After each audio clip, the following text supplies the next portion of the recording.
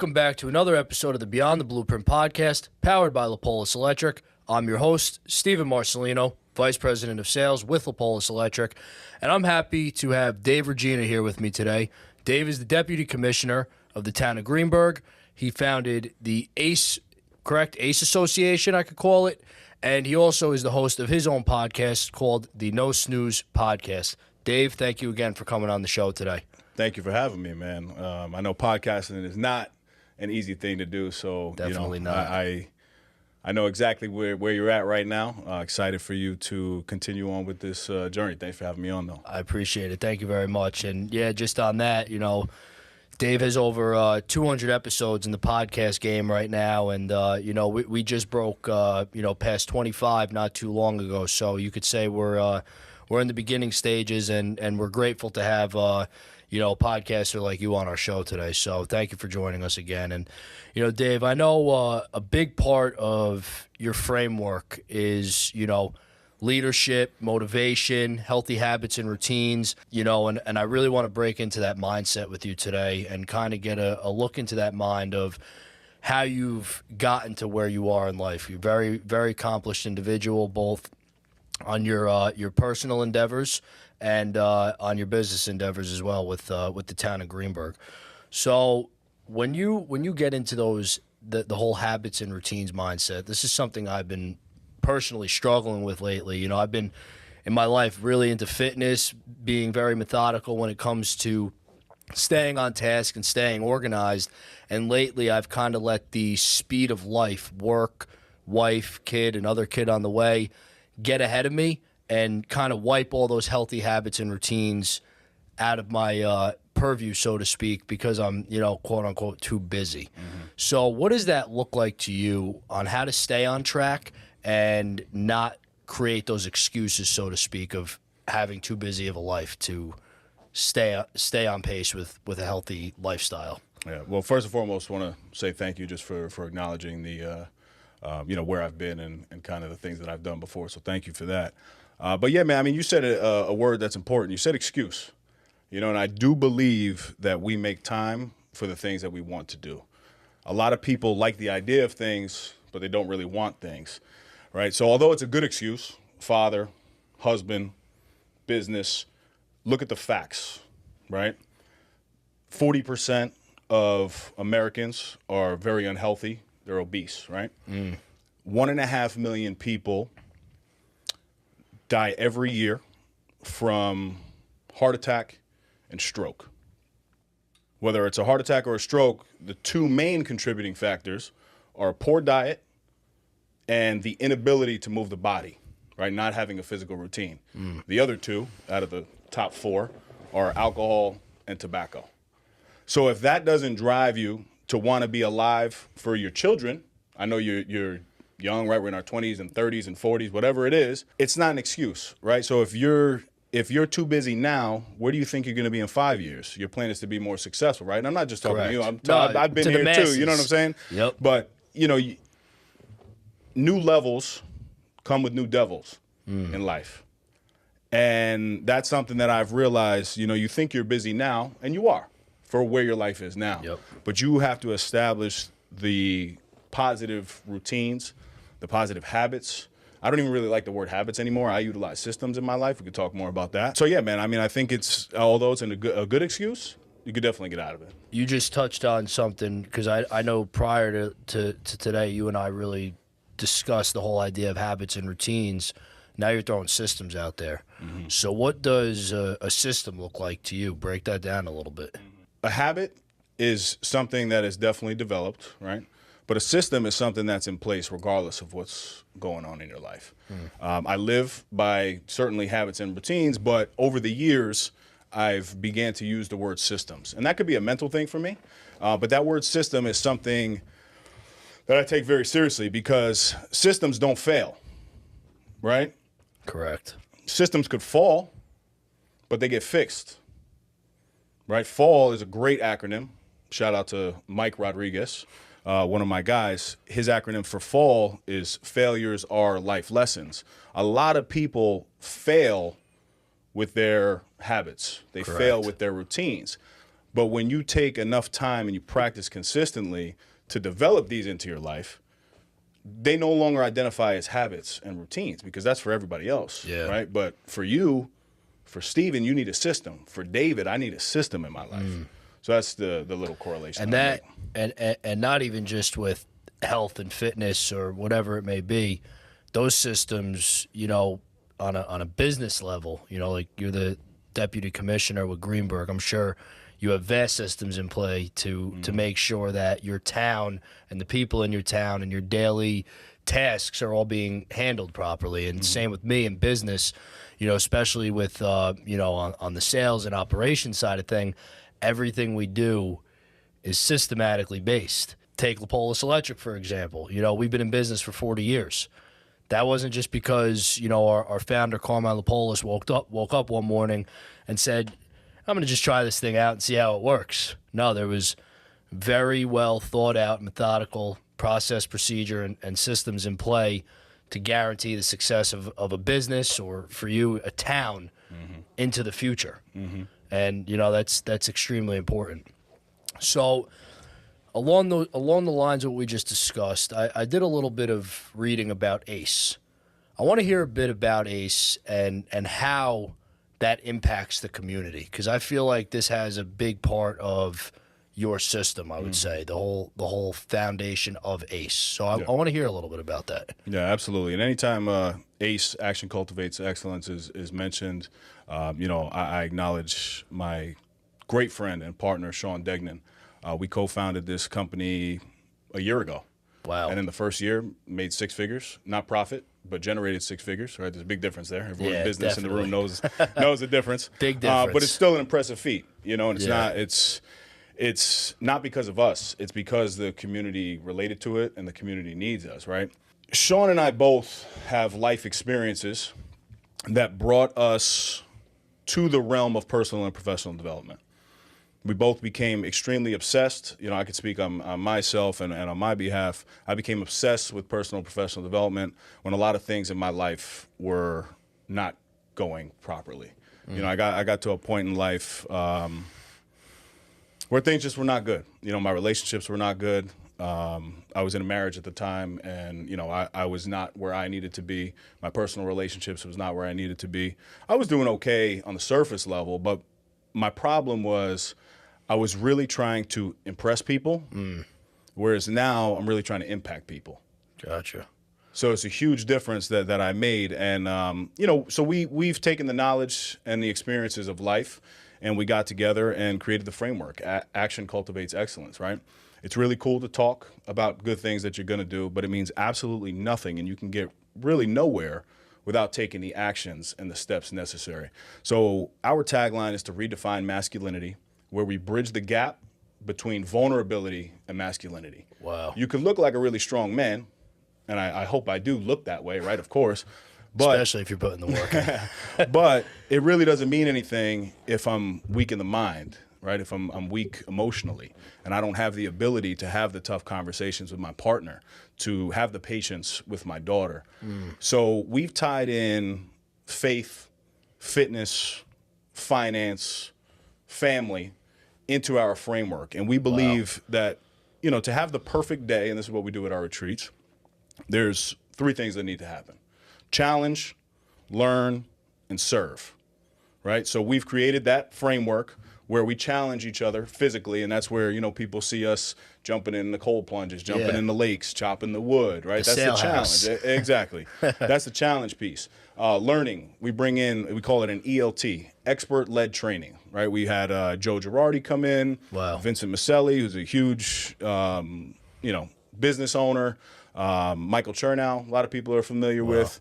You know, we've had really, Diamandi Alingos, we've had really successful people come and have those conversations where we're learning from those higher individuals. That's awesome.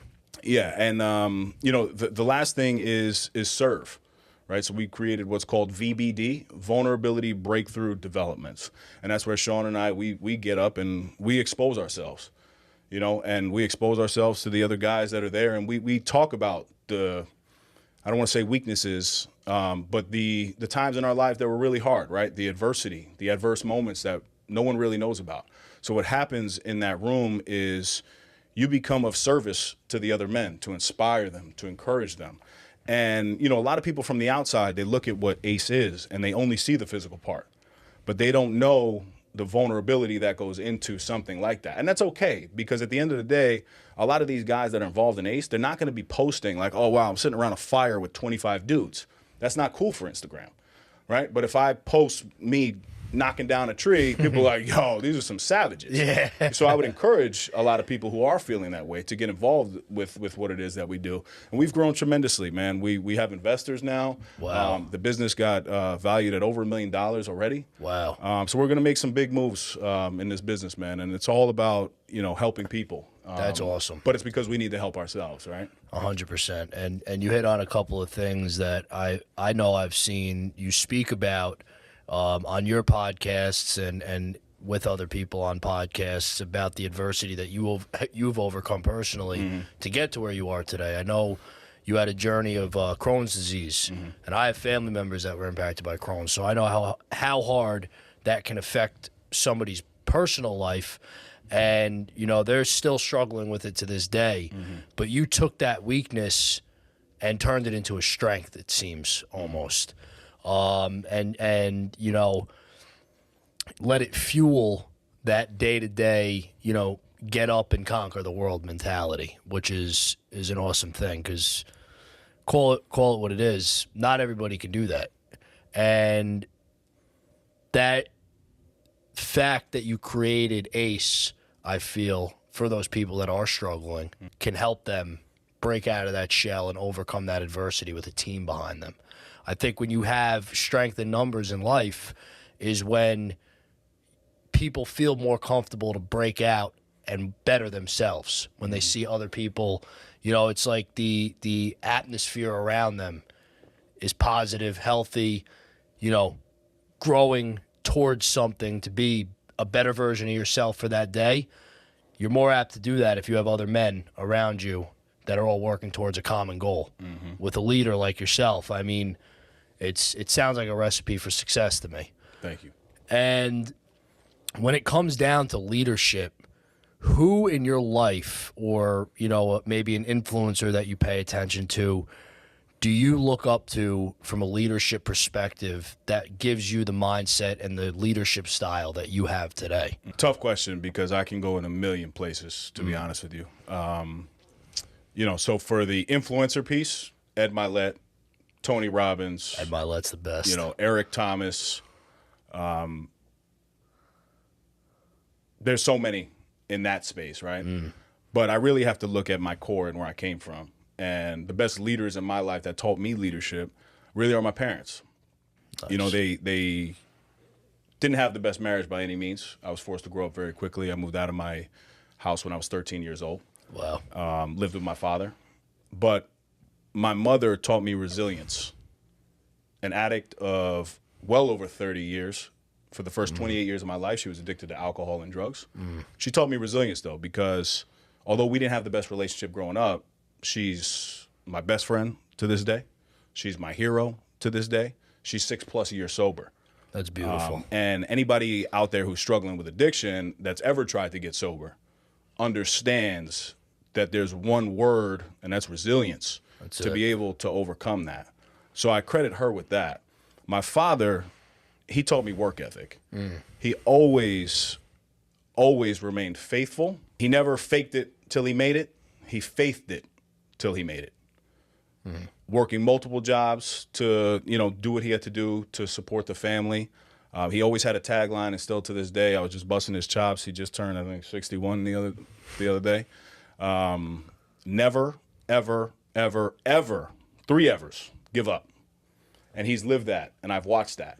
So I'm very fortunate, although I had more adversity than most coming up for sure. Those 2 individuals there, I could never pay them back for what they've done. There's been a lot of moments in my life that I've had to become a leader, right? You mentioned the Crohn's disease. I was diagnosed with Crohn's disease very early on. 15 is when I started with it. I was in high school. Yep. I never felt bad for myself. But now being a parent, I actually feel bad for my parents, because having a high schooler at the time that had to go to school with toilet paper in his backpack because he was nervous to go to the bathroom, like right in the class. That's how bad it was. I lost 40 pounds in 4 months. And that's what started my journey on the health and wellness. So at that moment when the doctor told me, oh, you're going to live with this for the rest of your life and it's going to affect you, I confidently said, no, I'm not. And I started reading books and I created my own diet. And I would eat something and then I would log how quickly I had to go to the bathroom after. Wow. So I became a leader in that space very early, right? And I've also seen bad leadership, right? I've had top executives, government officials that I was in their office when I was young. I was fortunate to be around these guys pretty early that influenced where I'm at today as a deputy commissioner.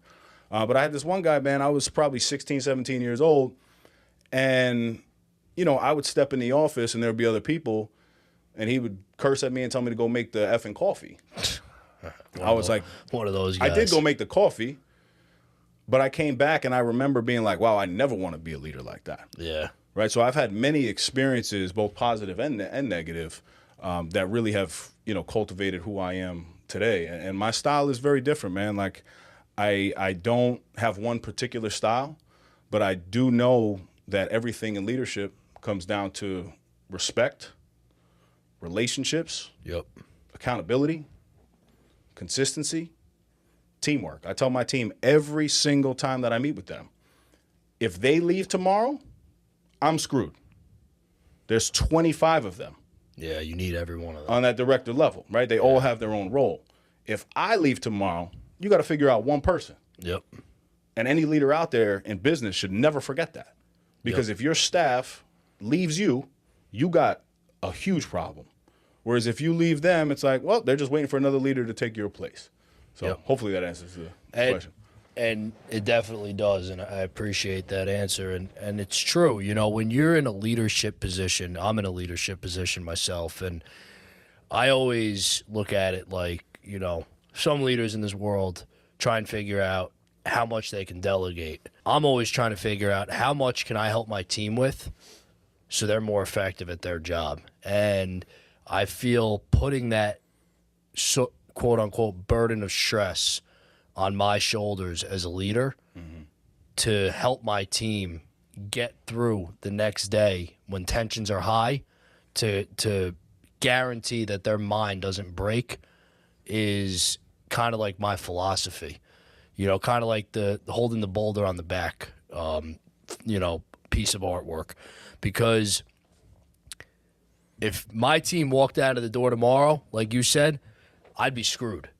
You know, you need, whether it's operations, sales guys, technicians, whoever it is on my side, every single person plays such a vital role to the success of not only our business, but to our customer satisfaction, that there's value across the board. And I have to recognize that. Everybody, like you said, on a leadership level at our company recognizes that. You know, and sometimes to a fault, you know, you take too much on, then, you know, you compromise your own, you know, personal and mental health. But, you know, sometimes if it's at the expense of keeping 5-6 people afloat, is it worth it? I don't know. You know, that's kind of like, that's a tough question to have to answer. You know, it's that team mentality of driving, you know, driving higher heights, so to speak, for the people around you. In leadership, and that's kind of like to dovetail into a question that I'm curious about. That's a personal decision I make to lead with that style of taking on more tasks at the potential, you know, fault of my own, you know, well-being, so to speak. What is the toughest decision that you need to make as a leader when waking up in the morning and kind of navigating that quote-unquote task list for the day and making sure that everything gets accomplished and everybody's happy? Nobody can ever be happy. That's true, too. You know what I mean? Not everybody can be happy. Correct, yeah. But also, like, for me to show up as the best leader possible, I need to attack my day, right? I run the No Snooze podcast because the first thing that you see in the morning is that snooze button, right? I do not snooze on my life. I don't snooze as a parent. I don't snooze as a partner. I don't snooze in business. I don't snooze in my finances. Anything that you could think of, I don't snooze. Leadership is really about belief. It's not about people believing in you. They have to believe that you believe in yourself. And they have to believe whatever it is that you're saying that you're actually doing and accomplishing on a day-to-day basis. So there's not one specific decision, right? The first decision in the morning that I make is to not hit that snooze button and not snooze on my life.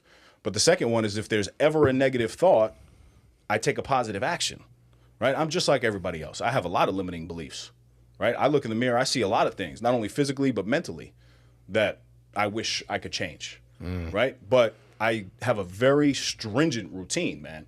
And I stick to that every single day, right? Immediately when I wake up, I hydrate. I have a Yeti in front of me here. This is 40 ounces. I put Element in there, which is your electrolytes.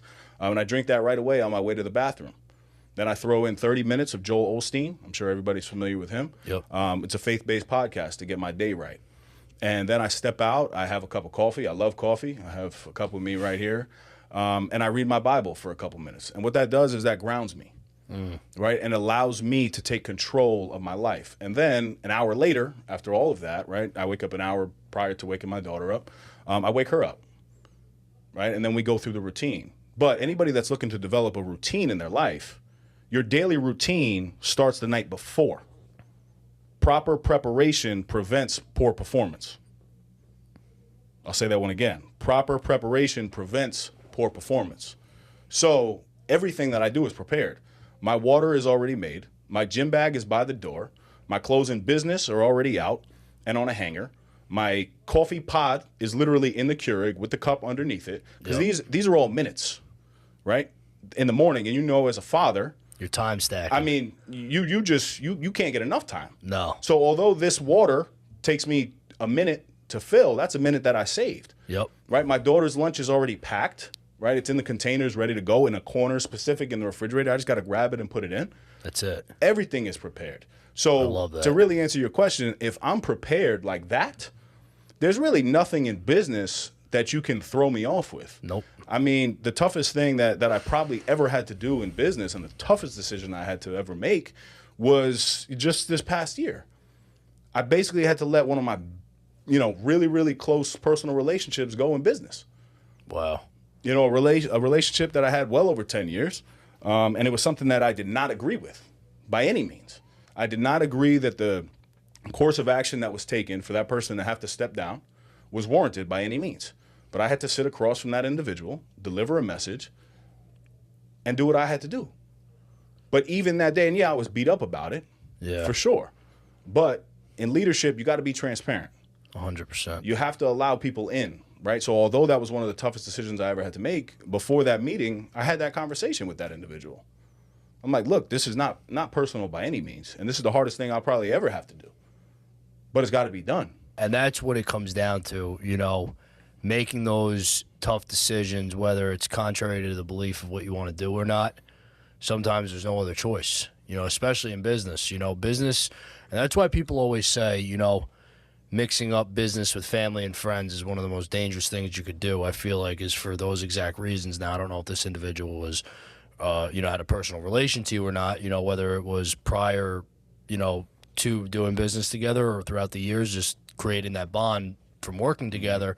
It doesn't matter. It makes it tough when those times hit and, it's like, all right, well, I have two options here. And unfortunately, this is the one we have to go with. And, I deal with it a lot on my end too, and it's not easy, and unfortunately, when you're in that position of leadership, when the calling gets hot, we're in that position because we're expected to make tough decisions, and that's whether it's in business or in life. Usually, if you're a leader in one area of life, you're a leader in multiple areas of life, and tough decisions and game time decisions are a big part of that. Through your leadership journey, did that have any bearing in the Invest Fest what would you call that? Was that like It was through a business partnership. it was through a business partnership? And what exactly was because you were a judge for that, correct? Yeah. There was about 700 participants involved, and I think some influencers and whatnot. So I'd definitely like to hear about that, how that opportunity came about and what that opportunity entailed. Absolutely. So shout out to Earn Your Leisure, EYL, Rashad Bilal, Troy Millings, Michael McDonald. These guys have grown up in Greenburgh. Oh, wow. Yeah, they grew up in Greenburgh. And, I met them over 10 years ago, and we've developed a relationship, obviously, awesome. on a personal level. But these guys have reached the moon, man, when it comes to, creating their whole platform is about financial literacy and basically combining hip-hop culture and community and, really thriving in an underserved population, teaching them financial literacy, granting everybody the same ability to do things that not just white people have the opportunity to do, right? Hispanic people, African Americans, and they've brought that platform to them. So over the past couple of years, and they started with a podcast too, but they've actually blown up. There's no connection that they don't have. And then they started InvestFest, which is literally, if you can think of any music festival, it is at that magnitude, but it's all about business, building positive relationships. They tie in a little bit of culture to it, but their partnerships really, really run deep. It was 60,000 people over the course of 3 days.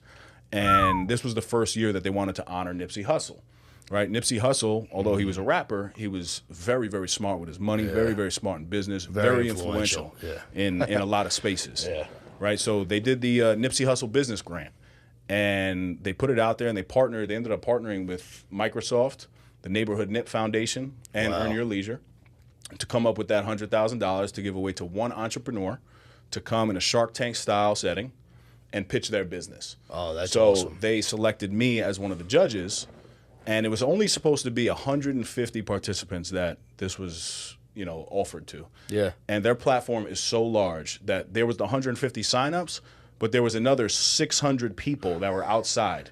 And because these guys operate the way that they do, they allowed every single person to pitch. Wow. I mean, who had to suffer? That was the judges. Obviously, we got to sit through this. Sit there for a long time. Yeah, but that's what that was all about. And then the the $100,000 went to a great individual and a great business that was it was about healthy juicing.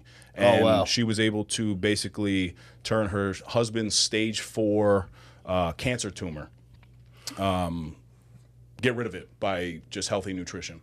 Really? So they funded her with the $100,000. And, she's off and running now with the business. Wow, that's beautiful. Yeah. That's a great story. And for all you know, I mean, she could have been one of those people that weren't on that 150-person sign-up list, and because these gentlemen had, such an open mind to helping the community, and that goes back to the whole leadership foundation of, giving people that opportunity and that platform to be heard. And, that's extremely important, because even in, like, my own personal endeavors, that, quote unquote opportunity is something I'm grateful for. I hit a point in my life where I didn't really know what I wanted to do. I was opening businesses, I was involved in music and a couple different avenues. And, I had a child at a young age. I was 21 years old when I had my son. And, it was time to make some grown-up decisions at a young age. 21 years old, you're not really too concerned about the, immediate time in life, so to speak. And I had to turn around and say, you know what? For now, enough of the hobbies and dreams, and I had to grow up fast. And that's when I got really serious with the business I'm in now.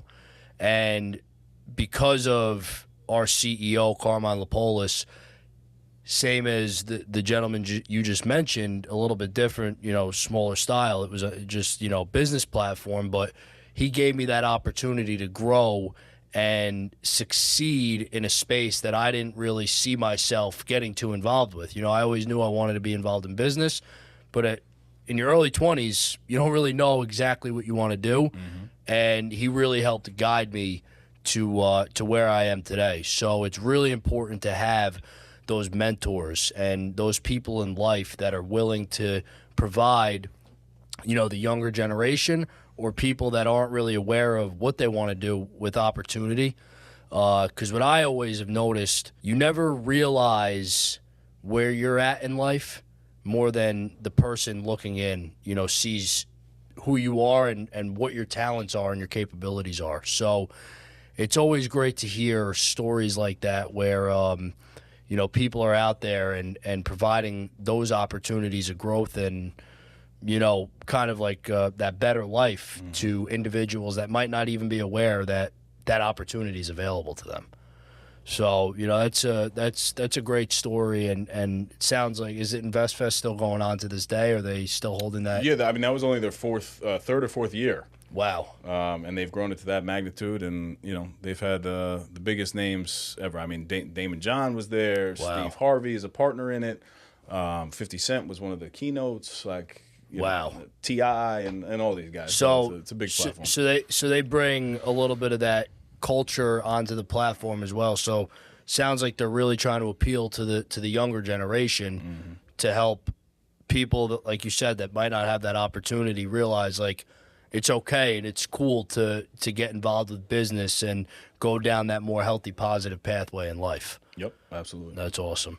So before we start toning down here a little bit, I want you to tell me a bit about the No Snooze podcast and what your whole platform's about for anybody that listened today that may have been interested in what you spoke about, where they could hear more about your story and some of the guests you might be interviewing.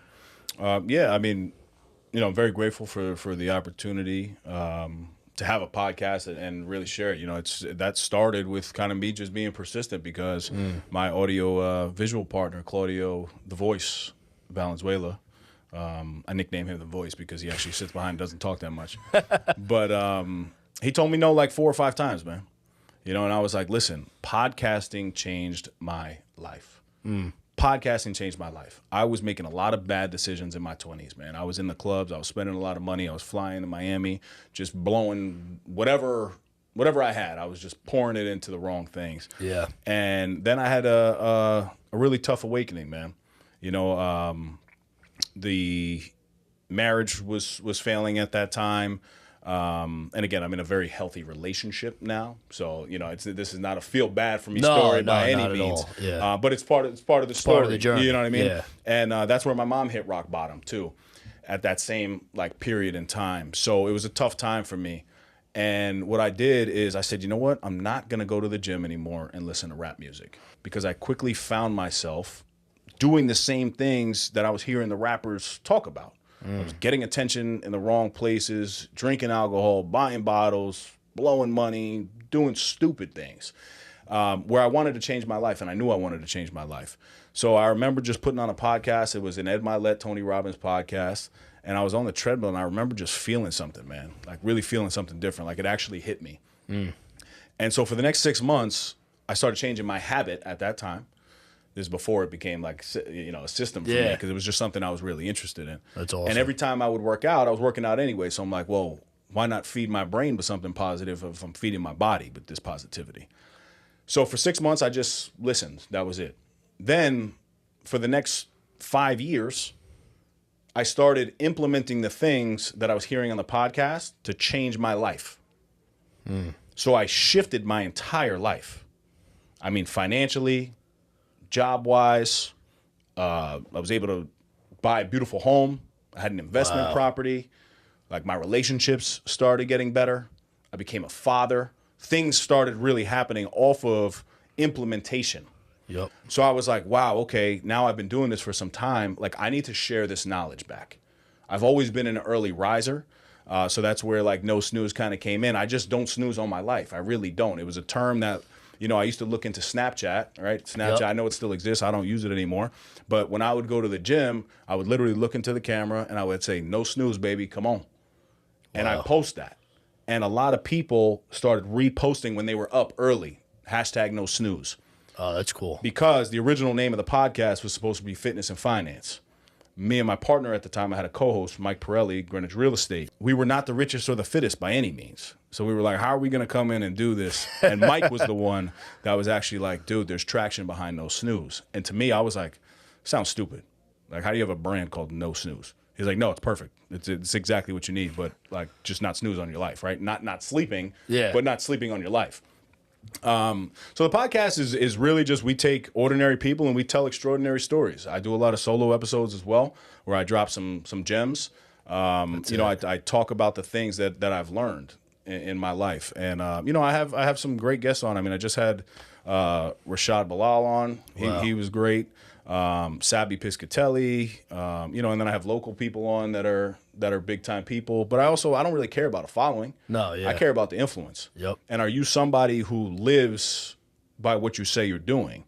And if that's you, then I'm happy to have you on the podcast. You know what I'm saying? Yeah, but that's awesome. That's how the podcast kind of came about, and that's really where it is. It's out on all platforms, Apple, Spotify, YouTube, wherever you find your podcast. That's awesome, man. I love to hear that. And I really appreciate, again, especially someone of your stature in that podcasting community and just in the community in general. I really appreciate you coming on our podcast today and giving some knowledge and experience to the people that are going to tune into this episode. I just want to thank you one more time. Yes, man. Thank you. Much appreciated. Yes, I appreciate it. And I wish we could have cracked in a little bit on the whole deputy commissioner role for the town of Greenburgh and what that entails. But maybe that'll be part 2 episode for the people that are watching today. We have Dave back on and talk a little bit about those roles and responsibilities on what it looks like to run a town. For anybody that would be interested in that. But Dave, again, thank you very much. And I want to thank the listeners of the Beyond the Blueprint podcast for tuning into another episode. I'm your host, Stephen Marcellino. Have a great day.